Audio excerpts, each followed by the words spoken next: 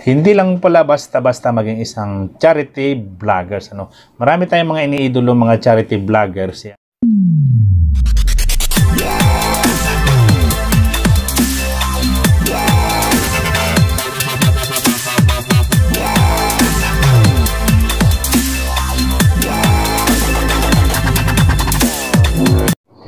Yo, what's up guys? Ayan, good morning, good day sa inyong lahat. Panibagong araw, panibagong vlog po tayo ngayon.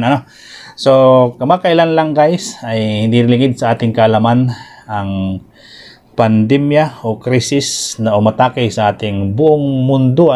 Inatake tayo ng pandemya na iyan na talagang nagbigay ng paghihirap sa ating mga kababayan. Kahit saan mang dako ng mundo, mayroong mga nagbuwis ng buhay dahil sa pandemya na iyan.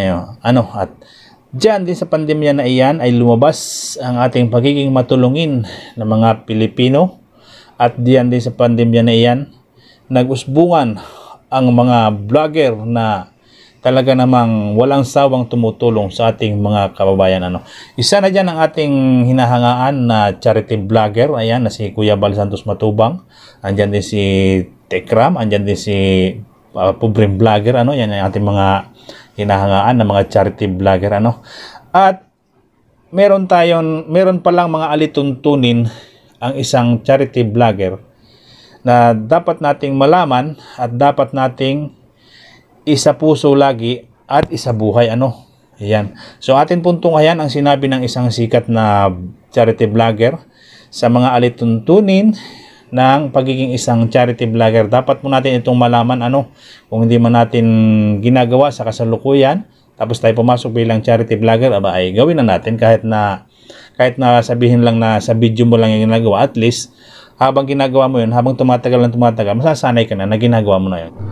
So ayan po guys, bago po tayo magpatuloy sa ating paksa, sa ating usapin na na tatalakayin sa gabing ito, sa araw na ito, ay nihiling ko po sa inyo na huwag niyo pong kalimutang i-subscribe ang aking channel. Ayan, Cool Win po. At pakihit na rin po yung notification bell.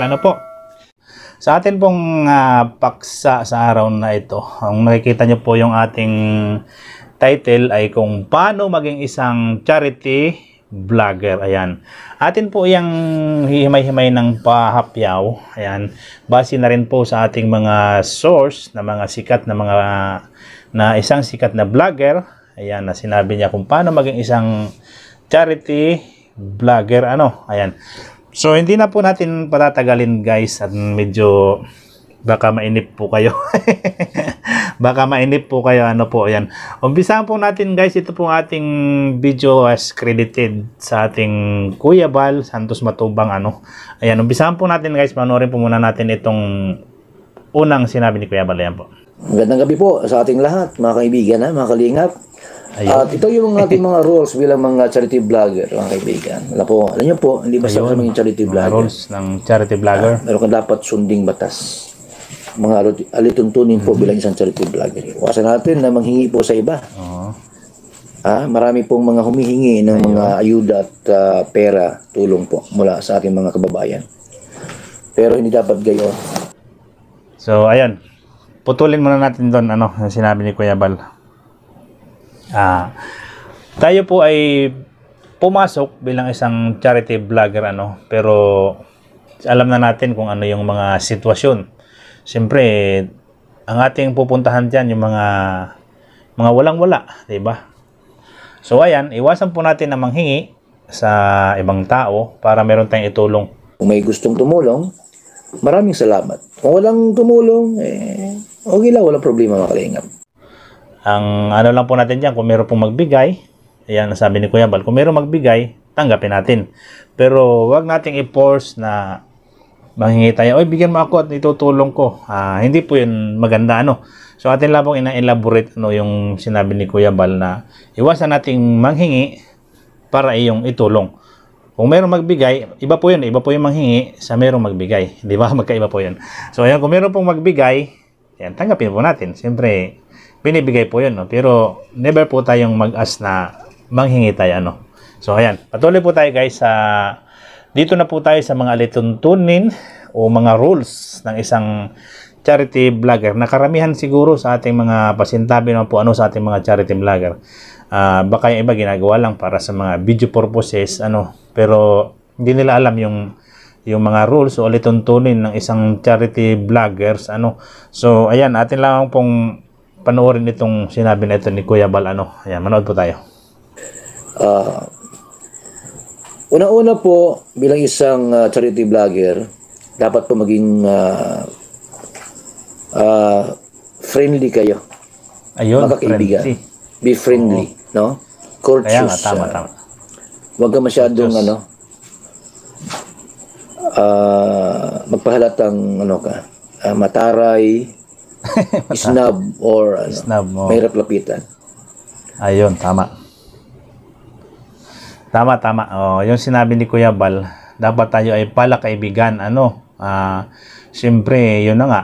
Tayo ay pumasok bilang charity vlogger. Siyempre, hindi natin may iwasan na may mga lalapit sa atin, hingi ng tulong, hingi ng ayuda.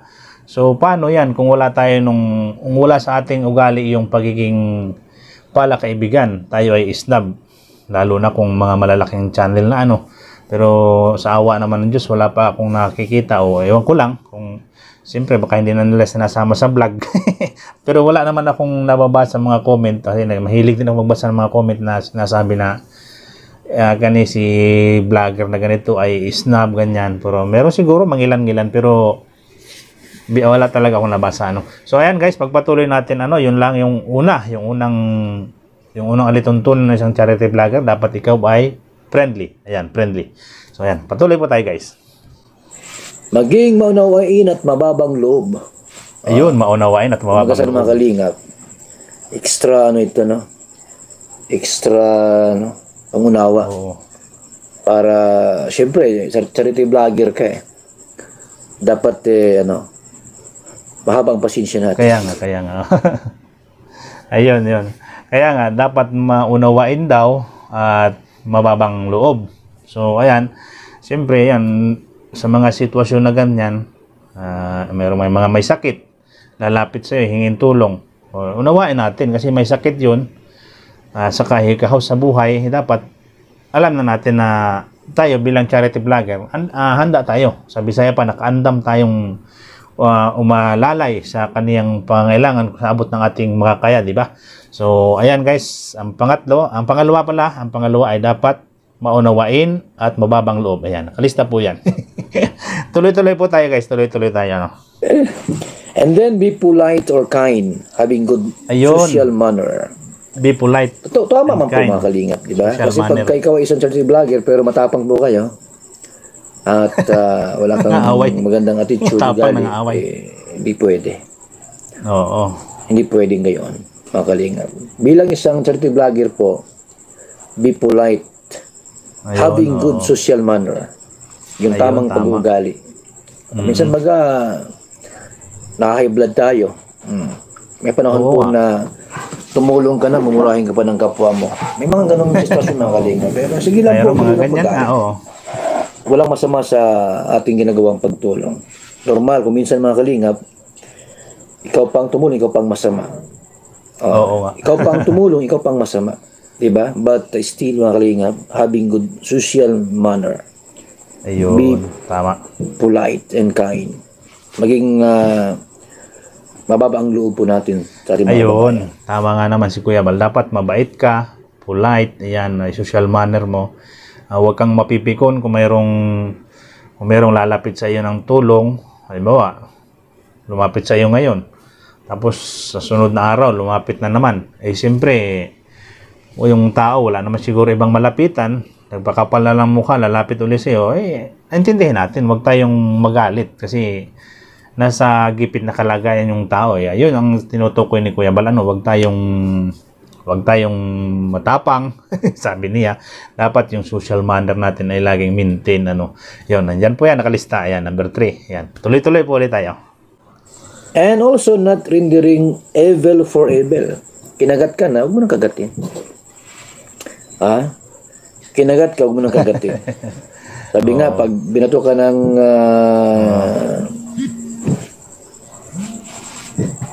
bato, Tinapay. Batuhin mo ng tinapay. Binato ka ng bato. Mahirap ano? Ayun. Hindi basta-basta po ang pumasok po sa humanitarian ministry or humanitarian job. Marami kang napag-isalang-alang. Basta mga charity vlogger na. Sa akin lang mga pagsusuri, mga napapansin ko marami pa rin ang mga nang iintriga o kaya nang iinggit, naiinggit ba sa mga ginagawa ng mga charity vlogger. Hindi maiwasan maraming mga inggit na nagaganap Kasi yung nagtumutulong mas lalong maraming biyaya bumabalik sa kanya Kasi ganyan naman talaga Sabi nga mas masayang makatulong sa kapwa kaysa ikaw ang tulungan, di ba? Ayan. Mas masaya makatulong, ayan. So tuloy natin yung sinabi ni Kuya Bal, At not rendering insult for insult. Okay. Ganoon talaga. Charity vlogger tayo But minsan po dapat ka rin magsalita. Hindi po pwede yung hayaan mo na Kuya Bal, hayaan mo na sila. Hindi po, may panahon din po na kailangan mong ipahayag ang iyong damdamin, ang iyong salubong. Kaya nga. Kasi baka maligaw ng landas at mapahamak o kaya Yun. matwist yung kanyang isip at hindi ka na paniniwalaan. Kailangan mo rin pong magsalita po mga kalingap laban sa mga taong Tama. umalipusta at bumaratang sa iyo. Kailangan mo magsalita. Hindi lamang sa lahat ng panahon, although mayroon tayong tinatawag na nanahimik, pero hindi dapat sa lahat ng panahon. And also po, be a blessing to others. Yan ang isa. Bilang isang Be a blessing to others. Ayan. Higit sa lahat, dapat tayo magiging blessing sa mga tao nasa paligid po natin. Yun ang sinasabi ni Kuya Bal na maging blessing sa mga nasa paligid mo. Dapat siyempre napapaligiran ka ng pamilya mo. So unahin mo munang tulungan yung pamilya mo. Yun, bago mo ilabas sa ibang lugar, siyempre dapat pamilya mo na, kasi mamaya sabihin ng pamilya mo, nakatulong ka nga dun sa iba, tapos pamilya mo hindi mo matulungan So ayun yung dun tinutukoy na be a blessing to others. Yan, kasama na rin dun yung pagtulong sa mga ibang tao So ayan po guys, napanood po natin hindi lang pala basta-basta maging isang charity vloggers. Marami tayong mga iniidolo mga charity vloggers. Yan, kasama diyan sila Tekram, sila yung Archie Hilario, ayan, si Pobreng Vlogger, at ayan, sila Kuya Bal. Napaka bilib na bilib tayo sa kanilang mga pagtulong sa kapwa. Ayan. So sana guys, na-inspired kayo sa ating ibinahagi sa inyo na mga lituntunin o mga roles ng isang charity vloggers at umaasa tayo na hindi lang natatapos sa pagiging isang charity vlogger ang ating mga ginagawa, hindi natatapos sa pag-YouTube lang. Sana tuloy-tuloy yung ating mga pagtulong sa ating mga kapwa kahit sa anumang paraan, maliit man o malaki. So ayun, sana maging isa rin ako sa member ng Association ng Charity Vloggers of the Philippines ni Kuya Bal. So ayun po guys, Kuya Bal, maraming salamat po sa iyong video. Credited sa iyo po yung video na ating ginawa at reaction video po. Ayan, maraming salamat po. Mabuhay ka po Kuya Bal, at sa ating mga charity vlogger dyan, salute sa inyo. Tuloy-tuloy nyo lang po yung ginagawa nyo pagtulong sa ating mga kapwa. God bless po sa ating lahat. Bye-bye.